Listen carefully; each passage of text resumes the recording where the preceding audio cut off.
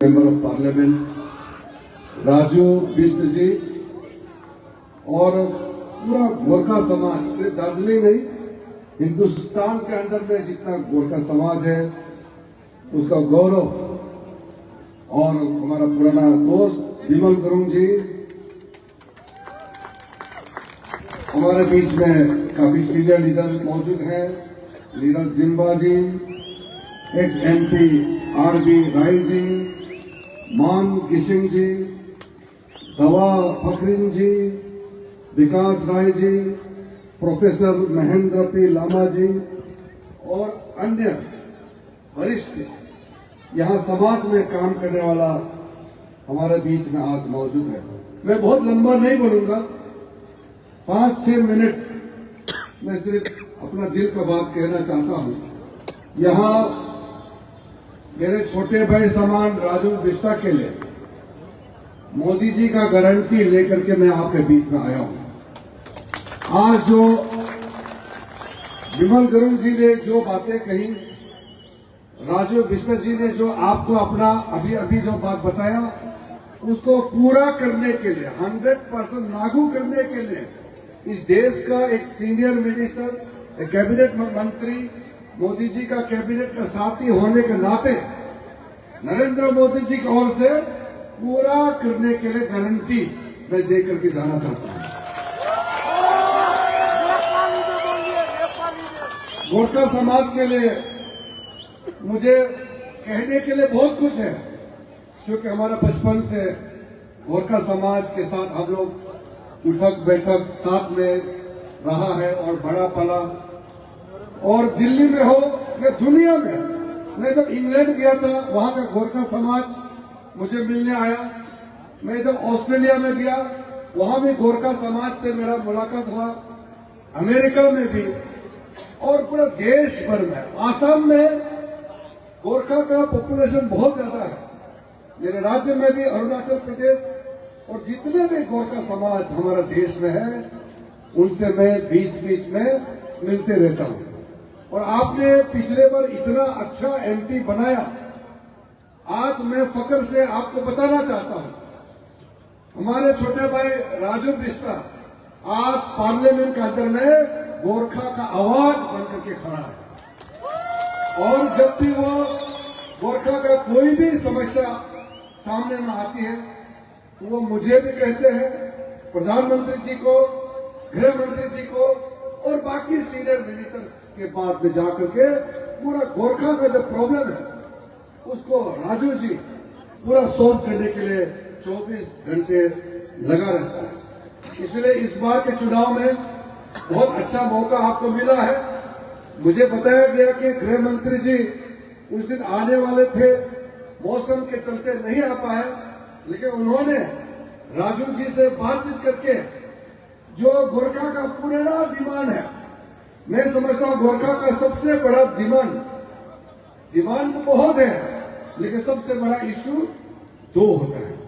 2 issue में कोई भी समाज हो, गोरखा हो या कोई भी हो, अपना इज्जत, अपना पहचान, अपना जो वजूद है, इसके साथ कोई कॉम्प्रोमाइज नहीं करना चाहते। इसलिए गोरखा समाज का वजूद के लिए, गोरखा समाज का पहचान के लिए भारत के संविधान में जो काम करके आपको अपना पहचान दिलाना है उसमें काफी हद तक आगे बढ़ चुके हैं। लेकिन पश्चिम बंगाल का सरकार ममता बनर्जी के चलते काफी रुकावटें आ रहे हैं, फिर भी मोदी जी का जो गारंटी है कि गोरखा समाज का मान और सम्मान को अगर कोई पूरा करेगा तो सिर्फ नरेंद्र मोदी ही कर पाएगा, कोई नहीं कर पाएगा। इसलिए आपको मैं फिर से आश्वासन देता हूं कि चुनाव के बाद आपके साथ में तालमेल करके विमल गुरुंग जी का गोरखा जनमुक्ति मोर्चा और अन्य गोरखा का जितना समाज का नेता यहां बैठा है, सबसे तालमेल करके मैं भी जिम्मेदारी से कहना चाहता हूं, कैबिनेट में कोई बात आएगा तो, क्योंकि हमारा यहां से कोई कैबिनेट मिनिस्टर नहीं है, तो मैं आपका प्रतिनिधि के हिसाब से मैं हमेशा आवाज बनकर के खड़ा रहेंगे।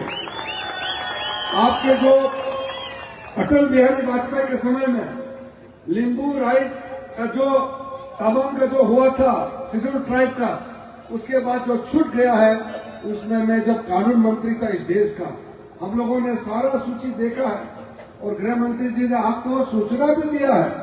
जो 11 गोरखा जाति जिसको अनुसूचित जनजाति में सम्मिलित करना है, राय, गुरुंग, खास, नेवार, याखा जिसको देवानी कहते हैं, मगर, जोगी, सुनवार, भूजेल, तामीर, दीवान, इन लोगों को अनुसूचित जनजाति में सम्मिलित करने के लिए संविधान में दर्जा देने के लिए प्रतिबद्ध है। और मोदी जी की सरकार आपका पूरा मान सम्मान के साथ पूरा ये काम चुनाव के बाद करेंगे।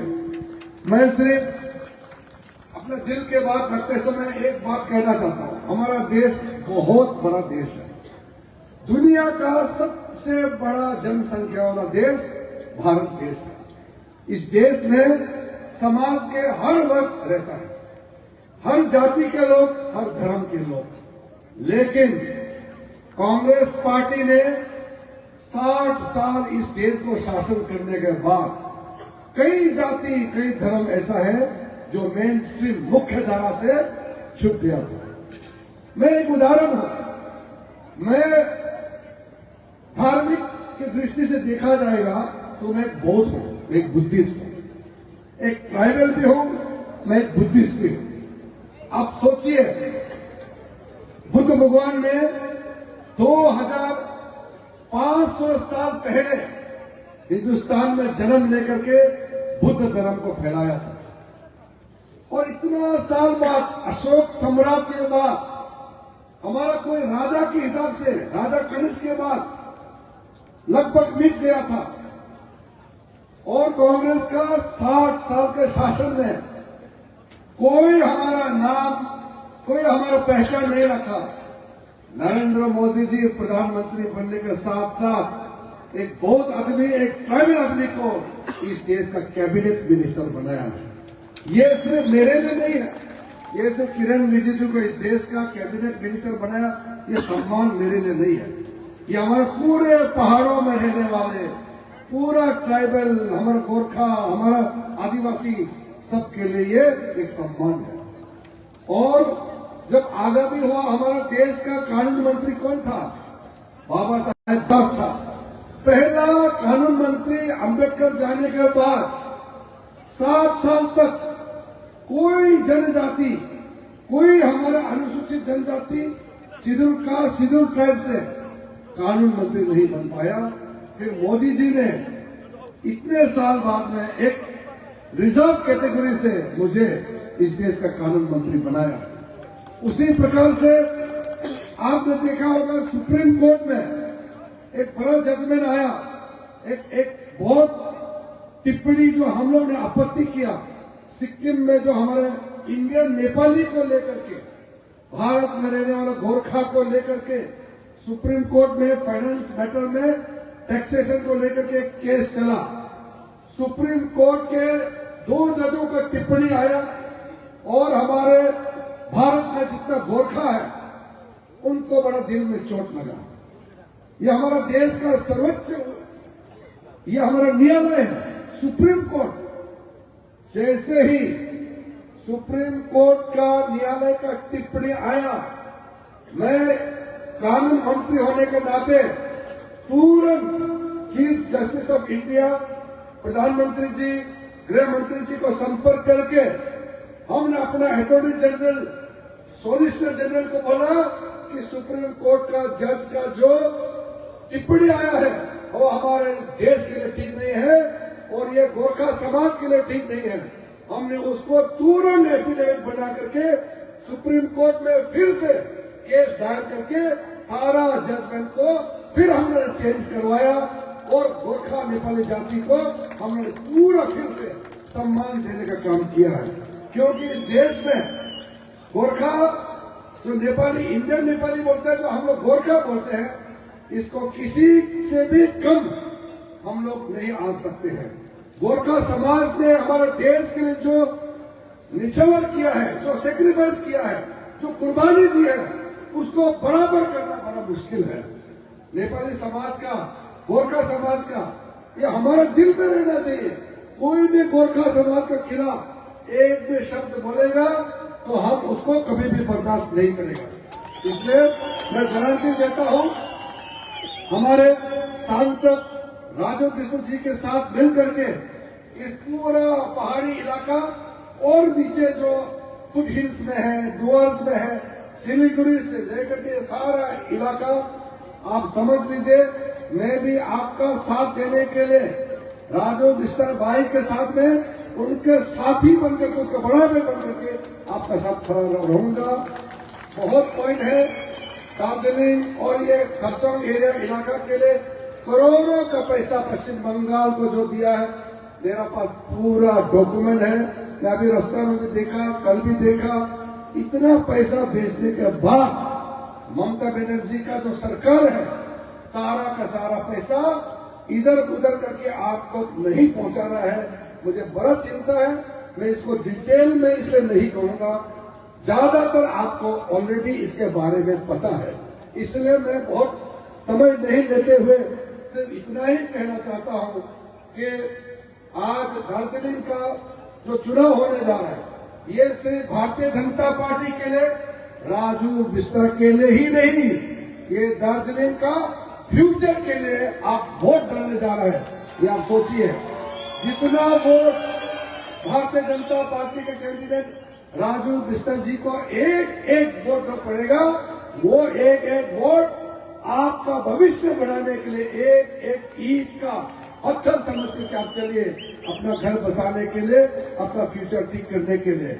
इसलिए मैं फिर से आज जो यहाँ कार्यक्रम, इस मीटिंग का जो आयोजक है, ऑर्गेनाइजर्स है, सबको धन्यवाद देते हुए, फिर राजू जी, विमल जी, आप पूरे टीम, हमारे यहाँ जितना सीनियर नेता आया है और जितने कार्यकर्ता हमारे बीजेपी का शुभ चिंतक, सब आपको मैं फिर से बहुत बहुत धन्यवाद दे करके अपना वाणी को समाप्त करना चाहता हूँ। जय हिंद, जय गोरखा। सिलीगुड़ी के सालबाड़ी में घर हो अपना, क्या आपका भी है ये सपना? अंबरधुरा सालबाड़ी स्थित गोकुल धाम में आपको मिलेगा अति आधुनिक फैसिलिटीज के साथ 2 से 3 BHK फ्लैट। यहाँ आपको मिलेगा थीम्ड लैंडस्केप से लेकर open amphi theatre, kids play area, senior citizen area, walking lawn, rooftop sitting area और भी सुविधाओं से लेकर शानदार अपार्टमेंट तक।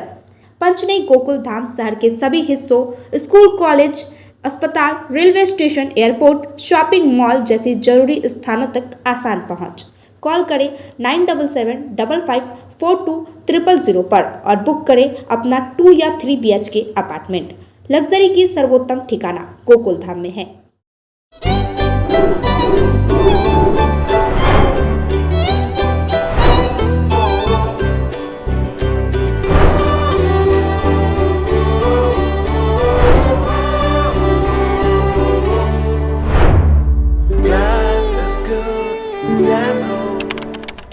वो क्या हुआ है? मतलब स्पॉन्डिलाइटिस वोमिटिंग जैसा होता है और सर चक्कर देता है। तो मेरा जो इश्यू होता है, मैं गाड़ी में बैठ नहीं पाता हूँ, 4 व्हीलर हो या फिर बस, पूरे वहाँ पर ऐसे सर झुका के कुछ मोबाइल हो, कुछ भी मैं देख नहीं पाता हूँ। मतलब मेरा सर घूमने लगता है, कोई मूविंग ऑब्जेक्ट में देखना। यहाँ पे पेन हो रहा है? पेन होता है कभी कभी, तो यहाँ पर भी आ जाता है पेन, मतलब यहाँ से एकदम पूरा ये यहाँ तक शोल्डर क्लोज हो जाता है यहाँ तक।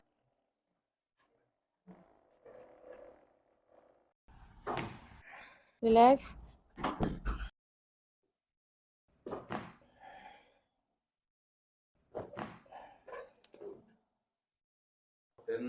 It's now 2 out of 10 it is 2. Contact number আমাদের স্ক্রিনে দেয়া আছে। Thank you.